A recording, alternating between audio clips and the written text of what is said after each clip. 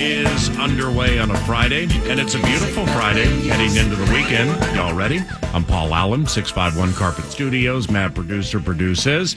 And joining us now in studios, Brandon Molesky, erstwhile Tennessee. Make that Tenna B. Along the boards. As we go along the boards of the Initials Invitational, and we had a victory this morning from family member Brandon Molesky, Tenna B. Hell yes. And it listening to it from afar on the wildly successful and highly touted Power Trip Morning Show, it seems like it was grindy. Like it was a grind getting there with a couple of moments where you had the right idea, but you couldn't close exactly on the ED, which would be symbolic for ED, but that's a conversation. ED's always been an issue for me. It's been that'd be a conversation for a different time. How'd the game go? How do you feel? I mean, I'm happy to be advancing. I'm pleased, but I also know that I left some points out on the table today. I left I said end date on the first one when it should have been expiration date. Gave that one to Carly, and then I was very, very lucky at the end because the second I got buzzed on entry draft, I knew it was expansion draft, and I figured, well, I just gave someone a layup to close me out and put me into a tiebreaker, and fortunately, none of the ladies were able to figure it out, even though I literally handed it to them on a platter. So I know that I'm happy to be surviving. I'm happy to be advancing, but I know that type of performance is not going to advance in the following round when we get to the round of 8. So I have some things I need to work on. I got to improve my game. I enjoyed it. I was rooting for you, Tenna. But, among all of us at the Fan, you've always portrayed yourself as being like the most buttoned up of the bunch, from my perspective. And seeing you actually at times, I mean, it was squirmy. It was dramatic. You were uncomfortable at times. You got flustered. Entry draft. And fought through. Entry draft. I mean, that was the easiest baton handoff to a victory that you could ask for. And you let me down, but you still got the victory, which was cool. You kind of limped your way to the finish line, but congratulations. I mean, clearly, by far, the best of the bunch this morning. There's no doubt about that. Yeah, I've played in my car a billion times and haven't played actually here in studio, like in 7-8 years.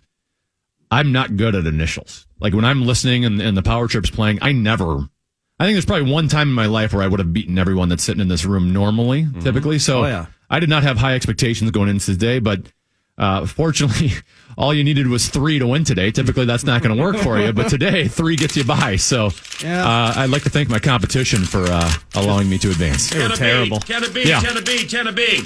So are you saying by winning with just 3 today, it was a low-rated race, which means when we handicap, and you know how to handicap, moving forward, the pundits, the handicappers, the analysts are going to look at your perceived low-rated race when perhaps you have them exactly where you want them. Well, that was a claiming 3,000 race. And none of the horses were claimed? I know my next race is going to be an allowance race. Yeah. And the competition is going to be tougher. And if I advance there, then I'm getting into the stakes races. So I have to take a couple more laps around the track, make sure I'm healthy, make sure I'm in a good position come September, October, whenever this next game is. Tenna B, Brandon Molesky, Tenna B, Brandon Molesky, Tenna B. Yes, Paul. Yes, question. Or Nordo. From the Nordo Times. What's your question? Moving on, what do you feel your chances are of toppling everybody and winning this tournament? Despite the low-rated race, you are alive and advancing. So all self-deprecation aside, is this a confidence booster moving forward? Right. Well, when the draw first came out, my first thought was I just wanted to avoid AJ. I can't compete with AJ. I need him not only I don't want him in my group. I want him on the other side of the bracket. I received both of those from the Initials gods. Yeah. So I need someone to take him out along the way. But I don't think I would have to face him till the championship. So I think what we've seen here in the first 2 rounds of the Initials Invitational with Aaron Gleeman winning last week and me winning this week is there's a different pressure involved with being in a tournament. That's not just your average initials game. Some can handle it, some can't. So far, I'm not great at initials, but I feel like I can handle the moment. Tenna B, Brandon Molesky. Time for 2 more. Paul from the San Jose Picayune. Brandon, thank you very much for the time. Do you feel the approach of taking it one question at a time is the best approach, or are you able to cast your gaze to future rounds knowing the prize is grand and you have the mind to get there. Yeah, I mean, that's the way I've approached it all off season. Like I said, it's been 7-8 years since I've been on this game. There was many that thought I would never be able to be on the Initials game again. And I had some tough moments. I had some valleys.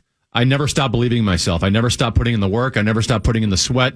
And I knew I was only going to have one shot at this. And I stepped up my game today and I took advantage of it. And now I'm back. I'm here. And, you know, I've got a lot of people to thank for this. My wife, who's had to sacrifice her time with the children, my kids.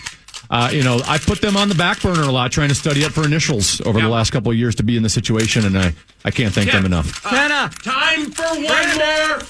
Brandon. Sam Farmer from the LA Times. Chris Thomason, Pioneer Press. Your turn.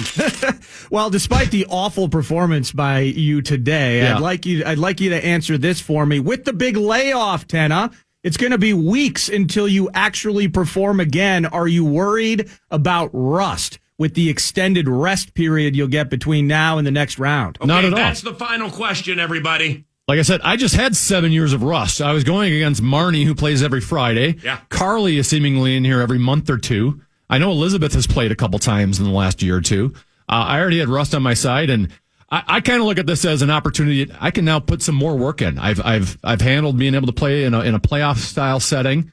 I can go back, listen to the tape, or look at the tape on the KFN YouTube channel. Yeah. See where I went wrong, see where I can get better, and I feel like I've got a nice little layoff here to improve and step up my game. Were any of the answers erectile dysfunction? No, he did not include any of those today. What about ED Ed Donatel? So that was the thing. I thought E was really tough. Yeah. E is I think any vowel as the first letter gets me every single time. I'm with you. So when he says ED, I'm going, oh gosh, I'm in trouble today. Yeah. Because Meat Sauce hates the vowel F. Because even I was just trying to think of names of people with ED, and I'm like, I can't think of anyone. I can. No, but that's okay. Well, yeah, but I didn't think of Ed Donatel. Yeah. Yeah, but you start thinking of Erics and Eds and Elizabeths, and I'm like, I can't think of anyone with the last name D. So I think where I really caught a break is whenever I do play Initials game, I don't know pop culture very well. Same. 2, I don't know the billions of TV shows and movies that Corey Cove has watched. Same. And seemingly every Initials game, there's like 2 of those where I'm like, I've never heard of that show. There was one today with Evil Dead or something. I've never heard of that. Yeah. So I was lucky that nobody got that one because that's a spot where other people can take advantage of me. And I was, I think, fortunate to just have everyone got a clean sweep there. We got a 0 and I could advance because I struggle with those. Embarrassingly enough, Evil Dead was probably one of the 2 that I did know. That was it. I watch awful horror movies from the 80s. And is that what it's a movie from the 80s? Yeah, I don't even know. Evil Dead. There's been a reboot as well. Okay, in closing, how's the